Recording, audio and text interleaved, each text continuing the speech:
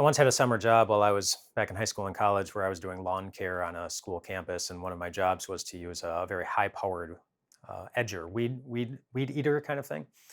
It was such a big thing that it had this whole like strap contraption thing that harness thing that I had to wear that had a clip on the side that it attached to, so it would always be clear. But it had a sign on the back.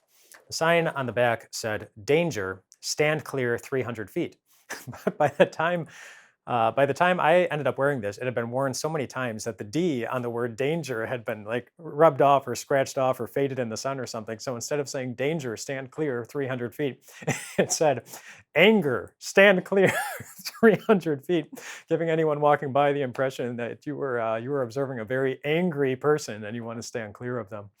That I didn't feel I was particularly angry while I had that job, but it makes me think of forgiveness and what it does to us when we don't forgive someone. Somebody once said something to me to the effect of, forgiveness isn't so much releasing another person from what they did to you, it is releasing yourself from being owned by what they did to you. When we refuse to forgive, we can hold on to a lot of anger and a lot of bitterness. That is such an easy place to live. It is hard to be free from that, but Scripture gives us just some good guidance on how we can take the first steps to being free from it for the sake of ourselves. Some people sometimes wonder, how can I forgive if I can't forget what they've done?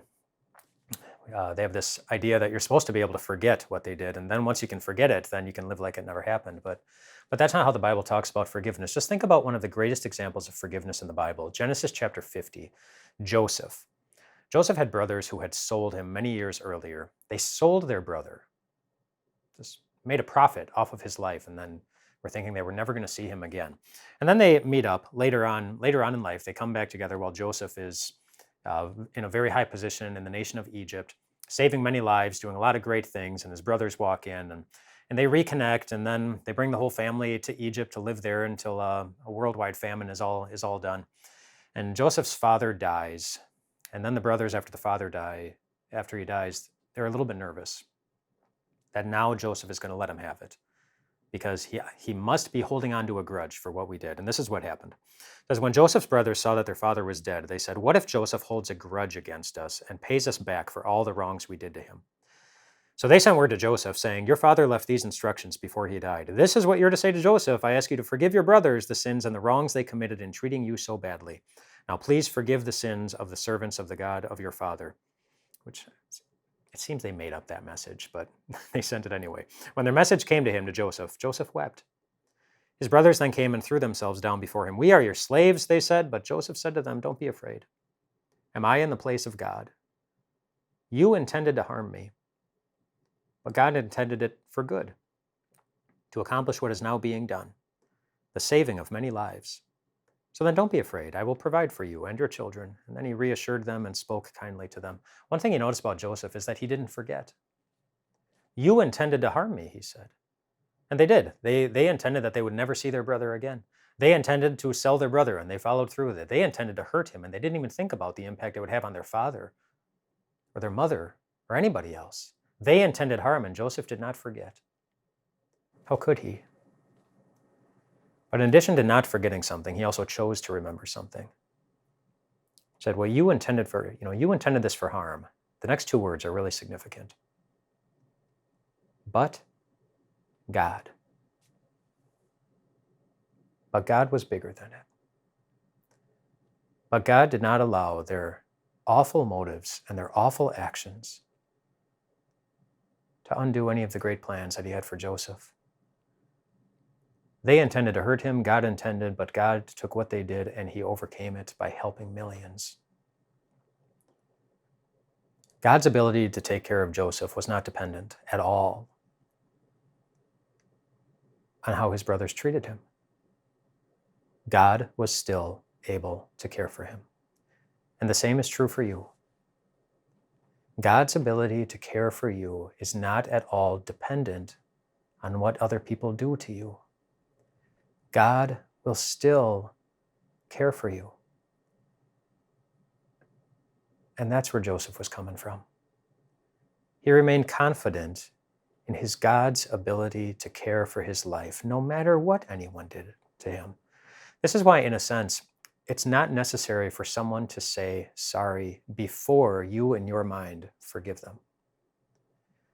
If that's what you're waiting for, if you're waiting for somebody to come to you before you release your anger, or before you set yourself free from your anger, if you're waiting for somebody to come to you and say, I'm sorry, to acknowledge that they hurt you, that they did something wrong, and if you remain in your bitterness and your upset feelings until they do that, you're saying that your future and your happiness is totally contingent on that person instead of on God. And Joseph didn't want to do that. There are too many risks. It's too unpredictable. And you never quite know for sure if you're going to have the opportunity to have a conversation with somebody who's hurt you. He went with the thing that was steady and predictable. That was his God's ability to care for him.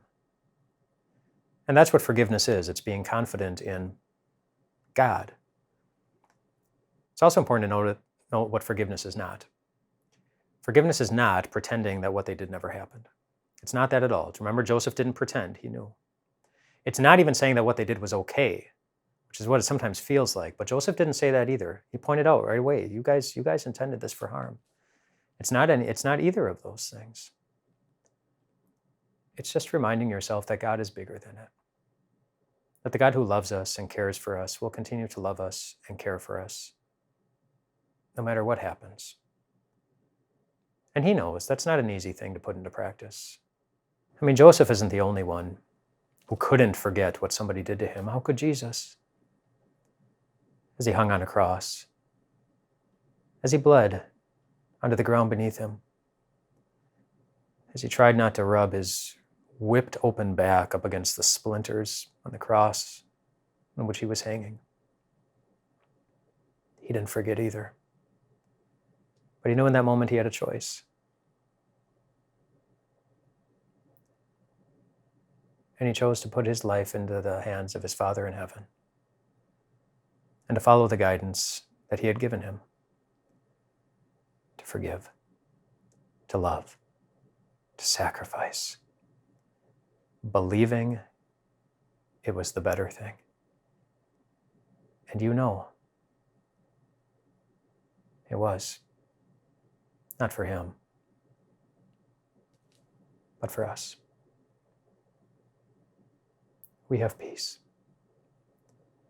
The peace of knowing that God is with us, no matter what we've ever done to him. We are safe with him. And if you can give that same message to somebody who's hurt you, they'll be far less likely to hurt you again. Do you struggle to find time to connect with God?